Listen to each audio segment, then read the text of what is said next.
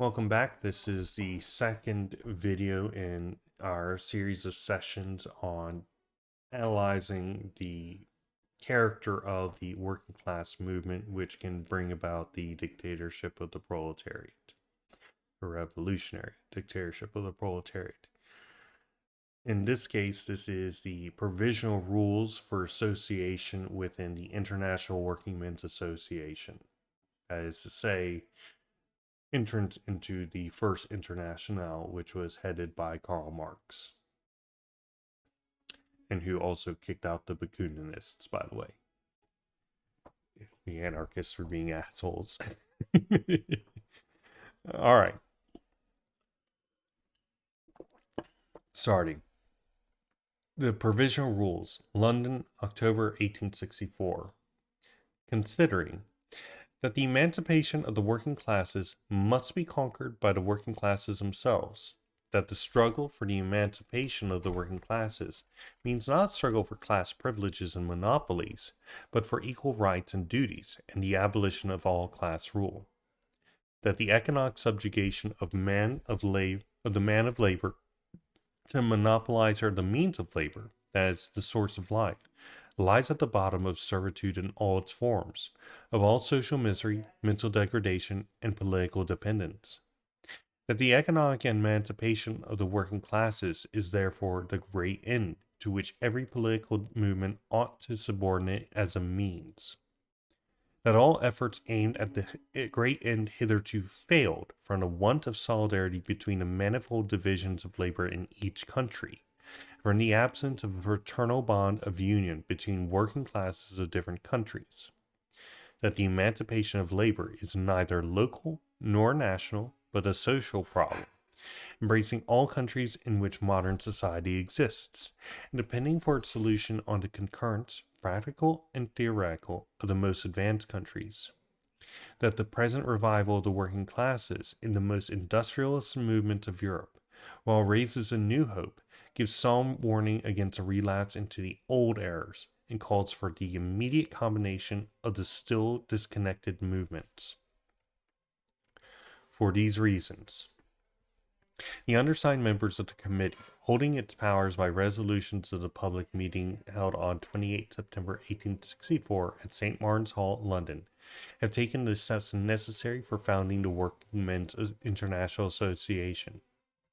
They declare that this international association and all societies and individuals adhering to it acknowledge truth, justice, and morality as the basis of their conduct towards each other and towards all men without regard to color, creed, or nationality.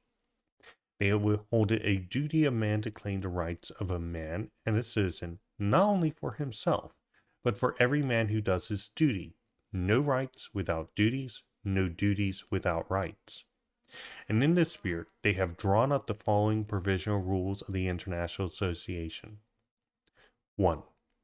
This association is established to afford a central medium of communication and cooperation between working men's societies existing in different countries and aiming at the same end, vis-a-vis the protection, advancement, and complete emancipation of the working classes. 2. The name of the society shall be the Working Men's International Association. 3. In 1865, there shall meet in Belgium a General Workingmen's Congress, consisting of representatives of such workingmen's societies as may have joined the International Association. The Congress will have to proclaim the common aspirations of the working class, decide on the definitive rules of the International Association, consider the means required for its successful working, and appoint the Central Council of the Association. The General Congress is to meet once a year. 4. The central office shall sit in London, and consists of working men from the different countries represented in the International Association. It shall, from its own members, elect the officers necessary for the transaction of business, such as a treasurer, a general secretary, corresponding secretaries for the different countries, etc. 5. On its annual meetings, the General Congress shall receive a public account of the annual transactions of the Central Council. The Central Council, yearly appointed by a Congress, shall have the power to add to the number of its members. in case of urgency and may convoke the General Congress before the yearly term limit. Regular yearly term, excuse me. 6. The General Council shall form an international agency between the different cooperating associations, so that the working men in one country be constantly informed of the movements of their class in every other country, that an inquiry into the social state of all the different countries of Europe be made simultaneous, and under a common direction, that the questions of general interest is mooted in one society be ventilated by all, and that when immediate practical steps should be needed, as, for instance, in the case of international quarrels, the action of the associated societies be simultaneous and uniform. Whenever it seems opportune, the General Council shall take the initiative of proposals to be laid before the different national or local societies. In other words, if there develops an imperialist war, this international is supposed to get the various national working men's associations groups together, and they all say, go on strike so that the war doesn't occur and that imperialism is halted.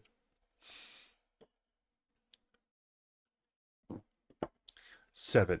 Since the success of the working men's movement in each country cannot be secured but by the power of union and combination, while, on the other hand, the usefulness of the International Central Council must greatly depend on the circumstance whether it has to deal with a few national centers of working men's associations, or the great number of small and disconnected local societies. Members of the International Association shall use their utmost efforts to combine the disconnected working men's societies of their respective countries into national bodies, represented by central national organs. It is self-understood, however, that the appliance of this rule will depend on the peculiar laws of each country, and that, apart from legal obstacles, no independent local society shall be precluded from corresponding directly with the London Central Council. In other words, this Communist International is a legal struggle entity. 8. Until the meeting of the First Congress, the committee chosen on 28 September 1864 will act as a provisional central council, try to connect the different national working men's associations, enlist members in the United Kingdom, take the steps preparatory to convocation of the General Congress, and discuss with the national and local societies the main questions to be laid before that Congress. 9. Each member of the International Association, on removing his domicile from one country to another, will receive the fraternal support of the associated working men.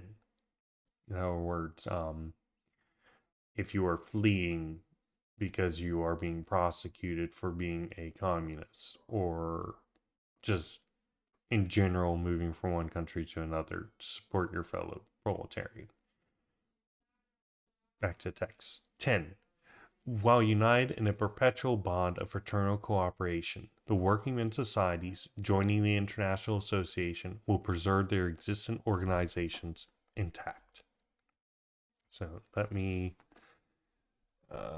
take some of this 1 second.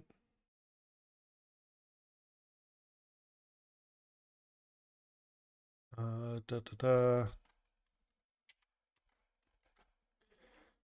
getting these. Then we are getting this. Then we're going to get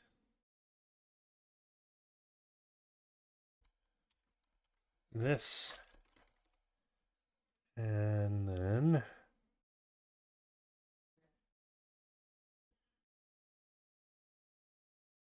these two. Okay. Back to the text. This is September 1871, as opposed to October 1864. So we are several years in the future. Resolution on working class political action. Considering the following passage of the preamble to the rules. Quote, the economic emancipation of the working classes is the great end to which every political movement ought to be subordinate as a means. End quote.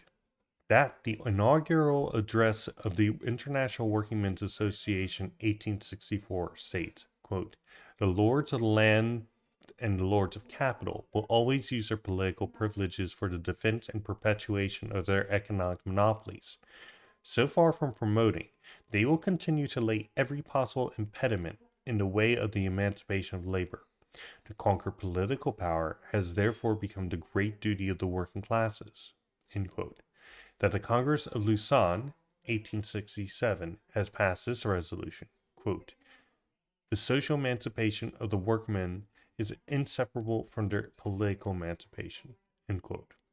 That the declaration of the General Council relative to the pretended plot of the French internationalists on the eve of the plebiscite 1870 says, quote, certainly by the tenor of our statutes, all our branches in England, on the continent, and in America have a special mission not only to serve as centers for the militant organization of the working class, but also to support in their respective countries every political movement tending towards the accomplishment of our ultimate end, the economic emancipation of the working class.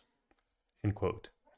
That false translations of the original statutes have given rise to various interpretations, which were mischievous to the development and the action of the International Workingmen's Association, in the presence of an unbridled reaction, which violently crushes every attempt at emancipation on the part of working men, pretends to maintain by brute force the distinction of classes and the political domination of the property classes resulting from it.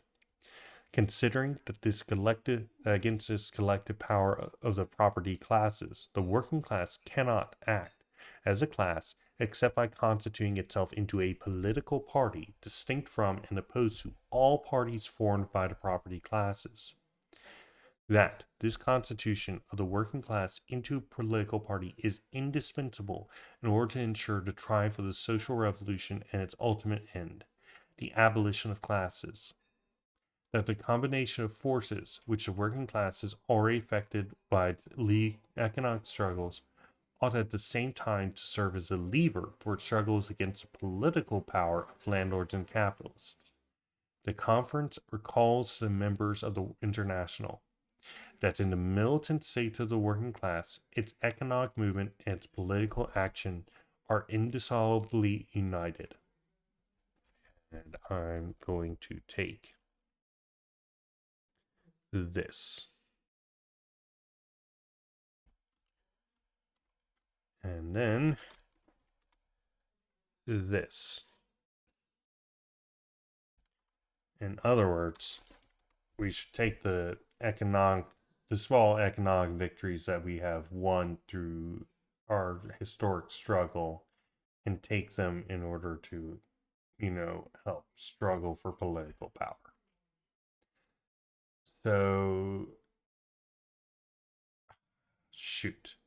This was a footnote that came out in Resolution 9 of the London Conference in the above section, to be included in the rules after Article 7. A reminder that Article 7 was essentially saying that the International is going to work to essentially bring all the different groups that are interested in joining and swear by the association's rules and whatnot, and organize their programs in accordance with it, but also to maintain internationalism and whatnot. They add in an addition. Article 7a. In its struggle against the collective power of the possessing class, the proletariat can act as a class only by constituting itself as a distinct political party, opposed to all parties formed by the possessing classes. This constitution of the proletariat into a political party is indispensable to ensure the triumph of the social revolution and its ultimate goal, the abolition of classes. The coalition of the forces of the working class, already achieved by the economic struggle, must also serve in the hands of this class as a lever in its struggle against the political power of its exploiters. We already actually read this. Okay, we already read this. It basically, you're saying make a freaking class, or sorry, make a freaking party for our self-defense. We have no choice. Okay, and that is the International Working Men's Association, the first international's provisional rules for joining. And we have time for one more.